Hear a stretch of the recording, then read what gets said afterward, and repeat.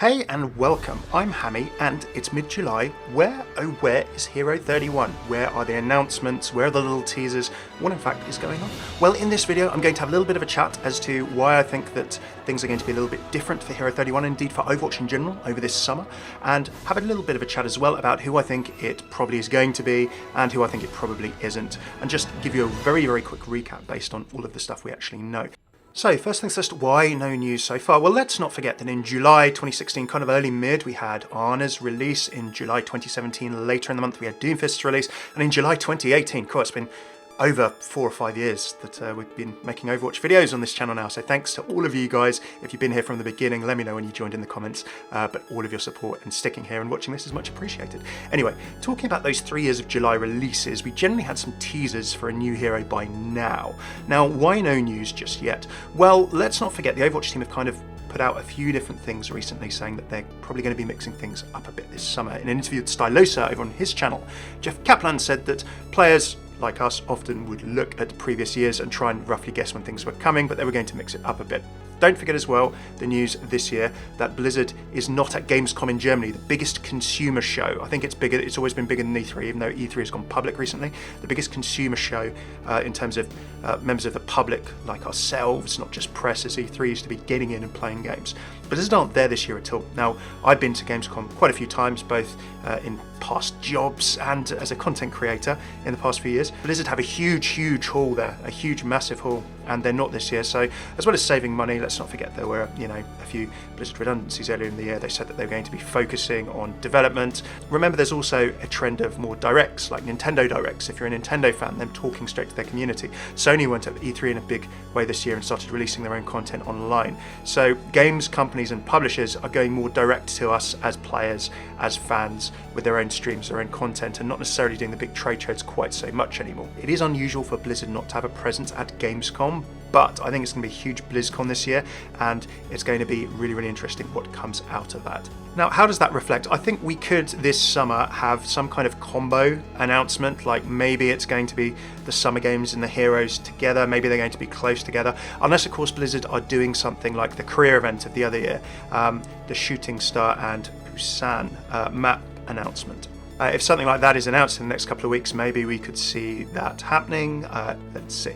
Of course, there is the Atlanta homestead for the Overwatch League this weekend. It could be that we see something teased over the next couple of days, and if there is, I will be sure to check in and share my thoughts with you. Now, the other elephant in the room is that we could have a bit of a different pattern this summer and things leading up because of what has been rumoured, and I've already discussed that in a long video, check it out here, as to be a new Overwatch game being announced at BlizzCon this year, potentially. Now, if you've been keeping an eye on Overwatch and Blizzard for the last few years, it's been obvious that they have several secret projects going on behind the scenes. There's been hirings, and Overwatch, or a second or a new kind of Overwatch game, was kind of outed recently in the light of some other projects being cancelled as potentially being due for an announcement at BlizzCon this year. If that's the case, then it might be a change in schedule, a change in release schedule, a change in pattern, so that there is more time to focus on that upcoming BlizzCon announcement. Still speculation at this point, nothing concrete, but watch my longer video if you're interested in the details. So with all of those reasons as to why we might have a bit of a different pattern or things might be happening in a bit of a different timing, don't forget that we've still had Heroes out before the end of July. This could mean that we just have the teasers a bit later in July, and perhaps the Hero is out in August and the Summer Games turns up similarly as well, maybe a bit. So with all of that in mind, and with Overwatch 2 in the horizon, who could Hero 31 be and not be? Well, here's a quick roundup. Of course, around the launch of Storm Rising, there are a bunch of streams at Blizzard HQ, O'Nickel, Faria, a few other people, and there are a few dev interviews there. Now, Jeff had said in a couple of those that Echo wasn't going to be Hero 31. By the sounds of the way he was talking, probably wasn't going to be soon. So Echo, people love the character, not going to be anytime soon, I think. Scratch Echo off. Sojourn, well, also on those streams, it seemed as if the character was not going to be anything any particular time soon. Now, I think Sojourn could be quite a cool hero idea from a couple of different perspectives. Given that she's commanding the strike team in Storm Rising, it could give us a really interesting look as to the downfall of Overwatch, more of the history of Overwatch as an organisation, again, from a different perspective, so that could be very cool. Junkertown Queen, again, was cited by Jeff Kaplan as being a character that Arnold Sang, concept artist on Overwatch, has done a lot of artwork for. The team are really excited about. They know that players are excited, and I think Jeff said big opportunity. So again, has been quiet, but again, I don't think going to be any time massively soon. Maybe unless you use a tank, it's possible that then different characters have been exploring different parts of the world, and you kind of, with Orisa and Doomfist, we explored Talon, but also Africa. Again, I'll talk about Baptiste and Mauga in a little bit, but why I think Mauga probably isn't it. Are we going to explore one area, or are the Overwatch team trying to dot around a lot of different areas? Just feels like going back to Junkertown, unless it reflected something on the wider plot of the world, wouldn't necessarily be the place that the team would go right now, perhaps. Max, let's just tick him off. Been shown in Storm Rising. I think that's all we're going to see of him for a while. There was nothing at all introduced in Storm Rising about what he could do if he was going to be a hero with any abilities. So I think we've seen our share of Max for a while. Sorry, Max fans. While we're on Storm Rising, the mysterious omic ? At the end. Well, of course, Doomfist said, we respect what you're trying to accomplish. Fight for your kind. Assume omic.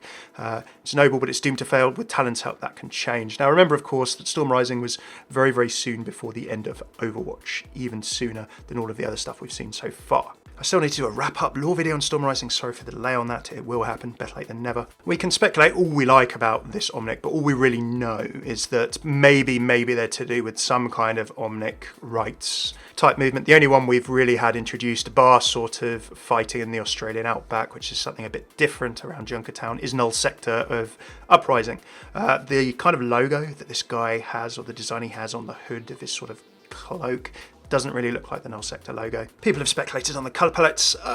Could possibly be introduced, but I think that Blizzard have had a little bit of a pattern of sort of slight unknowns or slight newer character concepts, and also fan favourites or established ones in the universe, if you have a look at the pattern of heroes as well. Baptiste was very much one out of the blue in many different ways, so I still think it's going to be something fan favourite-y coming up. I don't think this Omnic fits the bill.